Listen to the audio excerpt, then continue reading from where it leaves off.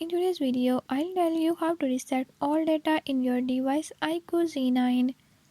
In this video I'm gonna tell you how to factory data reset. Before I start, if you are new to my channel, don't forget to subscribe and hit the bell icon. Watch complete video and learn how you can do it. Let's get started.